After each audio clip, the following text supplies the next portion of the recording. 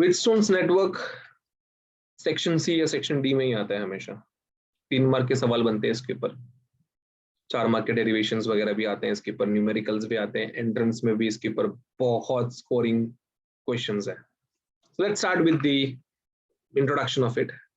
So basically, Wheatstone was a British physicist. He saw an arrangement and he gave us an idea for finding out unknown resistance at that time. 1843 में तभी ऐसे कुछ digitalisation इतना था नहीं, तभी digital media भी इतना कुछ था नहीं। So in order to find out unknown resistance, Wheatstone's network was one of the famous things you can ever come across. तो क्या क्या किया भाई व्हीटस्टोन भाई साहब ने क्या किया? तो इन्होंने एक सिस्टम दिया नेटवर्क का 4 रेजिस्टेंस का, गेटिंग इट? एंड इनका वो 4 रेजिस्टेंस में 3 नोन और एक अननोन है, गेटिंग इट? 3 नोन और एक अननोन।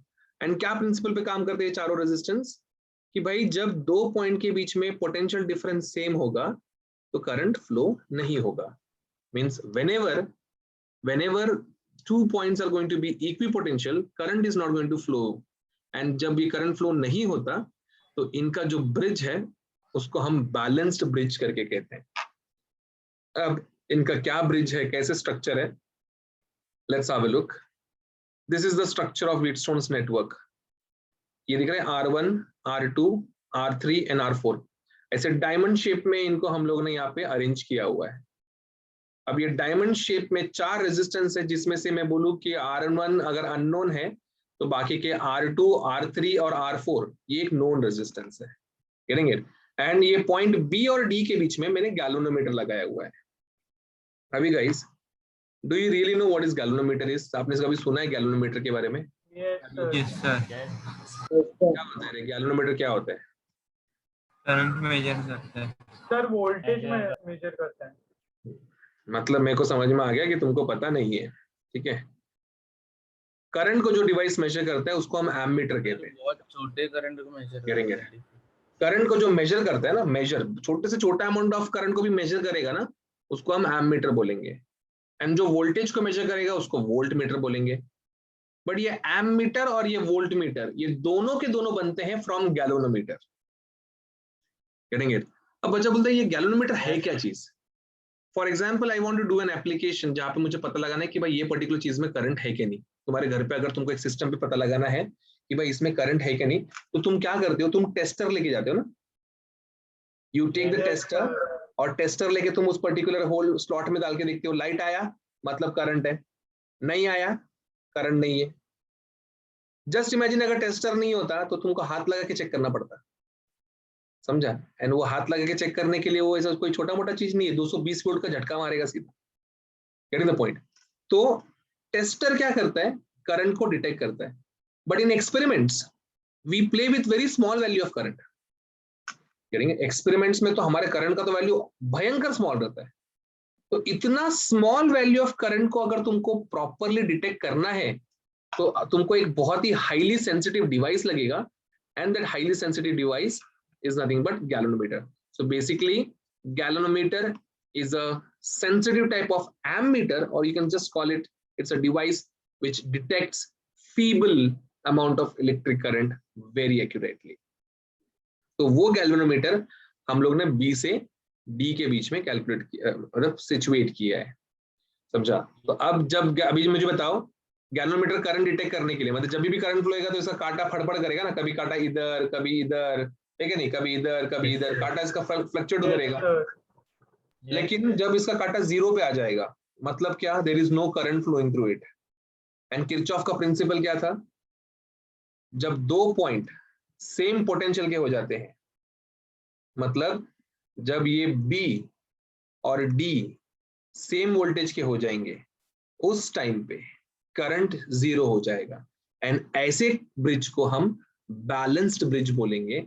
एंड बैलेंस ब्रिज का जो कंडीशन है जिसको तुम यूज कर सकते हो वो है R1 upon R2 is equals to R3 upon R4, ठीक है? अभी तुम देखोगे R1 अपॉन R2 मतलब क्या है रे? एक्चुअली ये अपर आर्म है, R1 अपॉन R2, ठीक है? Ratio of upper arm. R3 upon R4 क्या है? तो ये ऐसे रेशियो ऑफ लोअर आर्म, मतलब रेजिस्टेंस का रेशियो, अपर आर्म का रेशियो लोअर आर्म का रेशियो क्या रहेगा, हमेशा सेम हो गया। अगर सेम हो गया मतलब वो ब्रिज बैलेंस है, ठीक है। And also I can say, इसको अगर मैं वापस से थोड़ा सा ऊपर नीचे करूं, R3 को नीचे लेके जाऊं, the product of opposite resistance भी अगर इक्वल है R2 अपॉन R4 ऐसा आ रहा है ना ये, ठीक है। अभी इसमें क्या दिखेगा आपको ये वाले पार्ट में, left arm is nothing but equals to right arm, ठीक है। लेफ्ट आर्म का ratio is nothing but equals to right arm का रेशियो। तो ऐसे तुम अलग अलग उसको नाम दे सकते हो, getting it, you can give it multiple names, but the thing is it works like this. This is what is a working ideology of it is. तो ये Wheatstone's bridge का एक बहुत ही important आपको मैंने इंट्रोडक्शन दिया हुआ है, स्क्रीनशॉट लेके रखें इस चीज का। अब हम ये R1 upon R2 is equals to R3 upon R4 derive करेंगे, ठीक है। 3 मार्क का क्वेश्चन बनता है ये डिराइव करो, तो हम करेंगे, बट इसका स्क्रीनशॉट ले लीजिए आप। Done sir. अब डेरिवेशन ध्यान से देखना, डेरिवेशन हम लोग किरचॉफ्स लॉ यूज करके करने वाले हैं, ठीक है। We gonna use Kirchhoff's law. तो जिस तरीके से करूंगा जस्ट ध्यान देना भाई थोड़ा। तो यहाँ पे R1 upon R2 is equals to R3 upon R4 है, ये मुझे प्रूव करना है, ये कंडीशन मुझे प्रूव करना है। एंड ये रहा हमारा सेटअप, ठीक है। दिस इज हमारा सेटअप। तो आप देखेंगे यहाँ पे R1 R2 R3 R4 को मैंने अरेंज किया, गैल्वेनोमीटर के रेजिस्टेंस को मैंने RG बोला है। चलो करंट डिस्ट्रीब्यूशन करते हैं, let's do current distribution guys. तो जैसे हम करंट डिस्ट्रीब्यूशन करेंगे, ये पॉइंट पे आने के बाद सपोज ऊपर करंट गया I1, ये तो नीचे कितना करंट जाएगा फिर, I2 नीचे I2 बोल सकते हैं, या फिर मैं बोल सकता हूँ कि I में से I minus I1 I minus I1 तो I माइनस I1 भी बोल सकता हूँ मैं उसको, समझा। फिर पॉइंट बी पे जाने के बाद उस साइड पे, नीचे के साइड पे IG जाएगा, ठीक है। और नीचे के साइड पे IG गया तो R2 में से क्या गुजरेगा,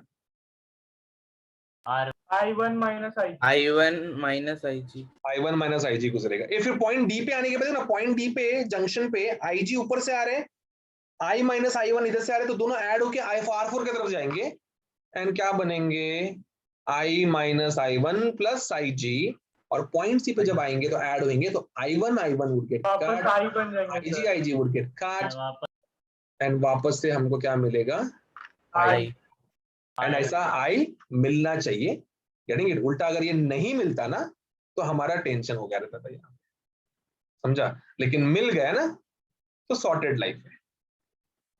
क्लियर, समझ में आया ये, ठीक है। तो अभी यहाँ पे अभी क्या करेंगे, अभी करंट डिस्ट्रीब्यूट कर दिया, अभी क्या KVL लगाएंगे ना अपन, किरचॉफ्स वोल्टेज लॉ लगाएंगे। Yes sir. इसका ये स्क्रीनशॉट लेकर रखना, ये डायग्राम इतना बड़ा वापस मिलेगा नहीं तुमको, इसका स्क्रीनशॉट ले लीजिए।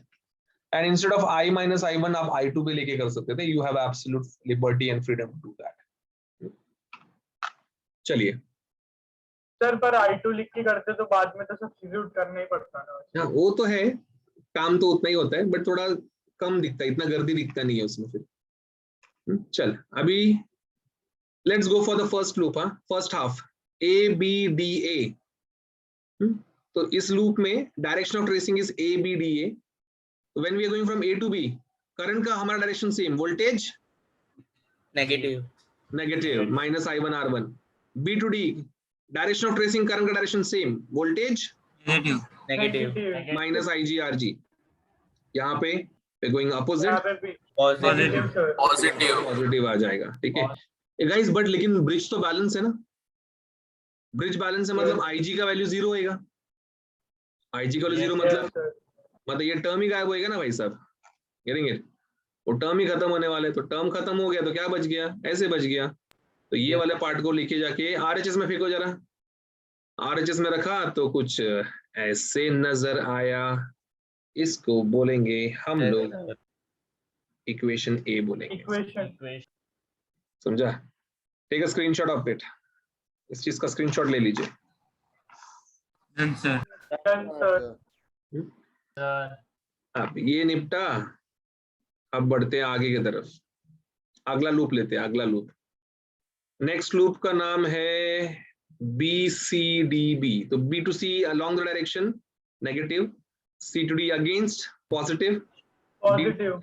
D to B again positive आएगा। अगेन लेकिन इधर पे सब जगह पे ये जिधर IG है ये पूरा क्या होने वाला है, 0 ही होने वाला है।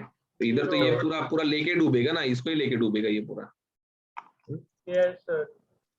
तो bridge is balanced, therefore this is going to be 0। Simplify करके मेरे सामने ये आया, एंड और सिंपलीफाई किया तो सेम लास्ट टाइम के जैसा इक्वेशन बन गया। देखो ना, माइनस माइनस सर कट सिर्फ रेजिस्टेंस का फर्क है, बाकी सब करेंगे। तो यहाँ पे इसको मैंने सपोज पहले मैंने ए नाम दिया था, तो इसको मैंने नाम दे दिया बी। ठीक है, अब क्या करेंगे, डिवाइड ए को बी से। So when you divide a by b, what you would be getting? R1 by R2 R3 by R1 upon I1 R2 is equals to I minus I1 R3 upon I minus I1 R4. Therefore, I1 cut, I minus I1 cut. क्या बच गया अपने सामने? R1 by R3 by R4. समझा क्या रे? Yes, sir. कैसे prove समझा? ये बहुत बहुत खतरनाक है और बहुत अच्छे से करने के बाद ही इसका कीमत है। Getting it? हवे में करके मतलब नहीं है भैया, हवे में करके बिल्कुल भी मतलब नहीं है।